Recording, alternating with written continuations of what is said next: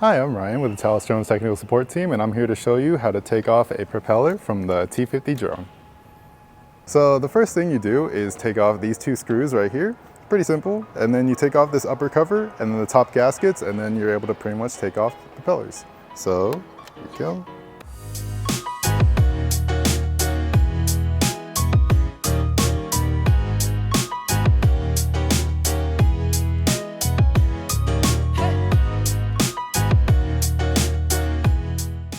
And there you go. All right, and attaching them back.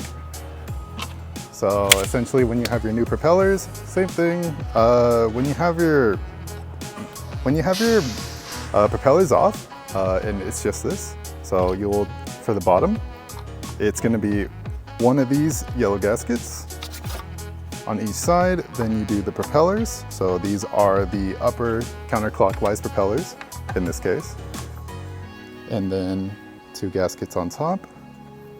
Put the cover and make sure it is fit in nicely. There you go. And then afterwards, you just screw in everything.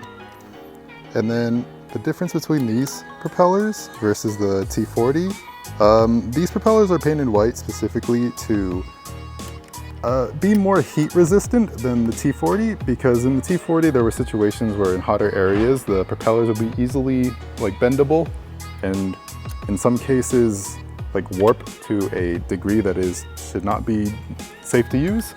And yeah, so DJI came out with these heat resistant ones, and they have been a lot better at handling heat than before.